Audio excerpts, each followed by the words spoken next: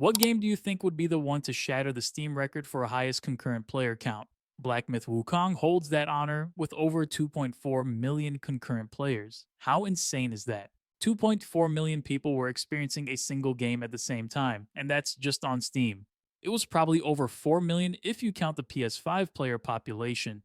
Black Myth Wukong came out a year ago and left an impact crater in the gaming landscape. I'm not sure anyone expected the game to be as big as it was. What seemed like a very impressive Unreal Engine 5 tech demo ended up being a fully fleshed out epic journey through Chinese mythology. Soon, it'll be releasing on the Xbox consoles. In fact, it's probably already released there by the time you watch this video. Either way, in this video, I want to revisit my experience with the game and talk about its various systems, how they hold up, and what they could have done better, and whether or not I recommend the game by the end of it. So let's get into it. Black Myth Wukong is not a genre-defining game. To many, it's a Souls-like. To others, it's akin to God of War. Whatever it is, the game is simply good. It draws from a lot of the Souls-like genre, such as punishing bosses, shrines that serve as bonfires, and no difficulty settings, but attempts to set itself apart by introducing its own gameplay systems, such as its skill tree and level design. Going into the game, I really had no expectations, but the longer I played, the more I was drawn into the world, the lore, and the secrets. Black Myth Wukong is inspired by the classical Chinese novel titled Journey to the West. In this game, you play as the Destined One, on a journey to collect 6 relics. I won't go too deep into the narrative because I think it's definitely worth discovering a lot of it on your own, and to be honest, I had no idea what was going on half the time. So instead, let's talk about the beautifully crafted world design.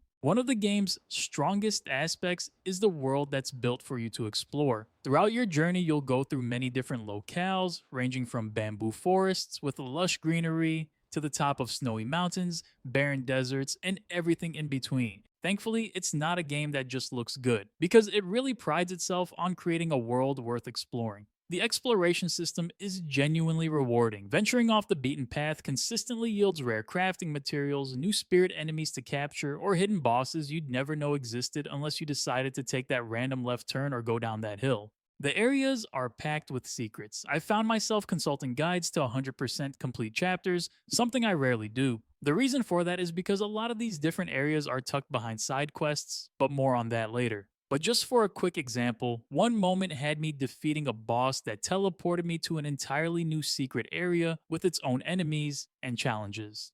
The world design varies from chapter to chapter. Chapter 1 is tight, it's focused, and pathways are carved out with some smaller explorable areas off the beaten path. Chapter 2 opens up to a huge semi-open world design, essentially flipping the game on its head. This cadence follows a similar approach. Some chapters are large and sprawling, while others are more focused and defined.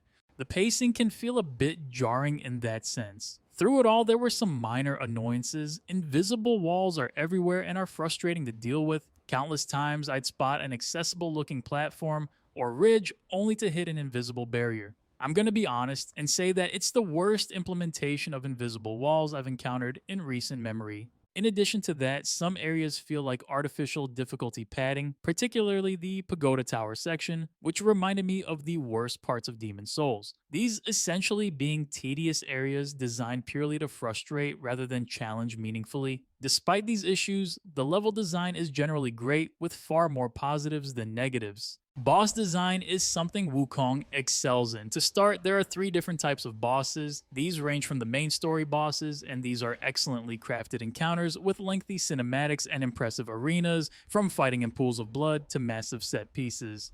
I honestly feel like the difficulty felt fair throughout, with my toughest fight taking around 15 to 20 attempts. The reason for that is because the game offers you many tools to take down even the hardest fights through your build and equipment setup. Each boss requires unique strategies. Some can be made easier by finding specific items that disable their abilities. Others punish you for using certain skills, and many feature multi-phase encounters. Every boss that you come across asks that you take your time to learn their moveset, understand their patterns, and slowly start building more and more successful attempts. If you're not used to these types of games, then I can imagine how frustrating it can be when a single boss represents what's essentially a wall that's blocking you from continuing forward.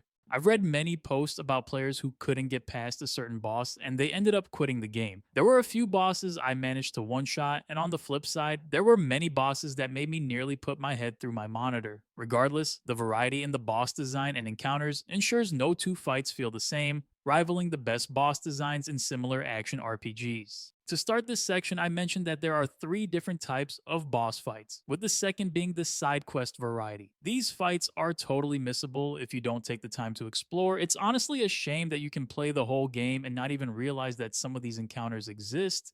Some side quest bosses do match main story ones in terms of quality, difficulty, and design. One particular boss called the Duskville was probably one of the hardest encounters. It was a two-phase fight where even the first phase was more than difficult.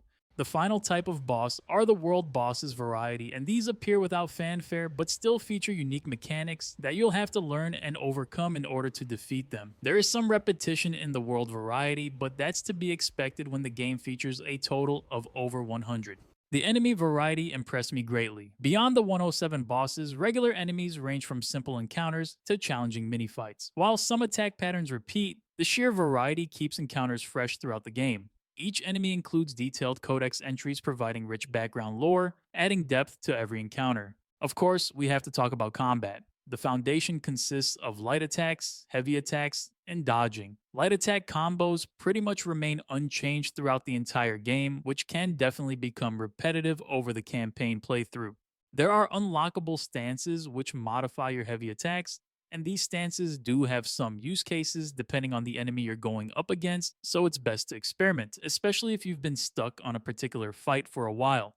The heavy attacks consume focus points, which are earned through successful attacks and perfect dodges, creating an engaging risk reward system where charging longer attacks leaves you vulnerable, but if successful, dishes out some big damage. The combat is fast paced with constant dodging and finding openings between enemy attack patterns. Throughout my first and second playthrough, I felt fully engaged with the combat system. Thankfully, there is a whole other layer to combat. Skills add crucial depth to the overall combat flow. My personal favorites include Immobilize, which freezes enemies in their place, and Cloud Step, which renders me invisible for a short time. Spellbinder was particularly interesting because its use case was disabling all skills but boosting damage based on your mana ratio. I love that trade off. You can essentially make a build that does not consume any mana and just focuses on pure basic combat skills. The game also cleverly forces adaptation when certain bosses are immune to your preferred skills. I like that the developers went that route because it's really easy to fall into a specific playstyle and not experiment with a different approach. In fact, there was one particular boss that more or less forced me to use the Spellbinder build, and in doing so, I learned how effective that playstyle was and would often switch to it. Each skill in your arsenal has different mana costs and cooldowns, encouraging skill rotation rather than spamming favorites. The variety and synergy possibilities impressed me throughout. Spirits collected from mini-bosses provide both active transformations and passive buffs. While transformations offer unique movesets, I found the passive bonuses more valuable. Defense increases, crit chance boosts, etc. Different rarity levels provide scaling benefits. Transformations let you briefly control defeated enemies with their full movesets, effective for specific matchups since some enemies might be weak or immune to certain types of damage. Despite the basic melee combat being somewhat shallow, the skill and spirit systems elevate the experience significantly. The variety of tools available ensures multiple approaches to any challenge, making combat engaging throughout. Wukong uses a traditional XP system where killed enemies fill an experience bar, eventually granting sparks, which serve as your skill points to spend across various skill trees. The foundational tree covers core stats like health, damage, defense, and stamina, standard upgrades that max out relatively quickly. Staff stances significantly modify heavy attack patterns and are worth pursuing. The mysticism tree enhances your main skills, which include the likes of Immobilize, Ring of Fire, and Spellbinder, with useful improvements like extended duration or mana regeneration. Other trees include alteration skills such as Rock Solid and Cloud Step. Strand abilities include skills like Pluck of Many, which is used to summon duplicates. There are also transformation upgrades that enhance your shape-shifting capabilities. The 4-piece armor system, which includes the helmet, chest, bracers, and legs, exceeded my expectations. Each piece provides unique effects beyond standard stat bonuses, enabling creative builds. I particularly enjoyed the golden set, which synergized perfectly with spirit and transformation skills. Rarity levels that range from uncommon to legendary scale both passive bonuses and unique effects meaningfully. Staffs offer their own unique effects plus attack ratings and additional buffs such as mana increases or crit chance. Vessels provide passive bonuses and active resistances useful against specific bosses. The Spirit Slot system adds another layer with passive buffs and active transformations. Curios offer situational bonuses like elemental resistance, with some combining for greater effects. The Gourd system innovatively expands basic healing. Different drinks provide passive buffs when consumed, and rarer drinks offer multiple enhancement slots. Relics earned from completing chapters provide significant passive bonuses with multiple choices per relic, allowing further build customization. The progression system excels at offering build variety and meaningful choices. Synergies between spirits, skills, equipment, and consumables create genuinely powerful combinations. However, weapon and armor upgrade pacing feels uneven. I'd stick with the same weapon for hours due to lack of crafting materials or simply no alternatives being available. Most upgrades come from boss defeats rather than exploration rewards, making progression feel gated by story progress rather than player initiative.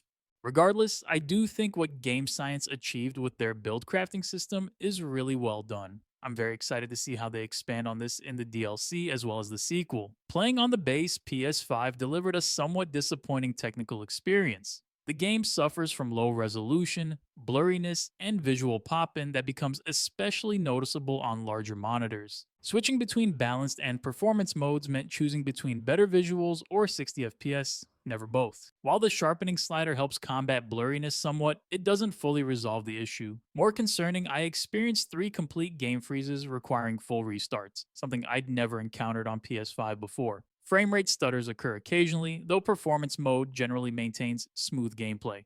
This seems symptomatic of broader issues with Unreal Engine 5 games on current consoles. Whether it's hardware limitations or insufficient optimization remains debatable, but I'm leaning toward the PS5 simply struggling with open world UE5 games. Hopefully, future patches will address these performance issues. Black Myth Wukong succeeds as a solid debut that brings a fresh approach to third person action RPGs. The story, cinematics, boss encounters, and layered combat systems represent clear highlights. These skill and equipment systems provide welcome player agency in build creation and playstyle customization. However, the game stumbles with inconsistent pacing. Some chapters feel epic and expansive, while others seem rushed and brief. Certain design choices, like the Pagoda Tower area, feel artificially difficult rather than meaningfully challenging. The PS5's technical performance issues, while potentially platform specific, detracted from the experience. Despite these flaws, the positives significantly outweigh the negatives. Game Science has established a strong foundation for what appears to be an ongoing series. My 40+ hour completion included main story content, side quests, and plenty of boss attempts, with New Game Plus and boss rush modes extending replayability. For anyone considering the purchase, I'd readily recommend Black Myth Wukong. It's a very solid entry that demonstrates tremendous potential for future installments in what will likely become a popular and long-running series. Thank you all for watching. As always, hope you guys enjoyed it. I'll see you guys in the next one.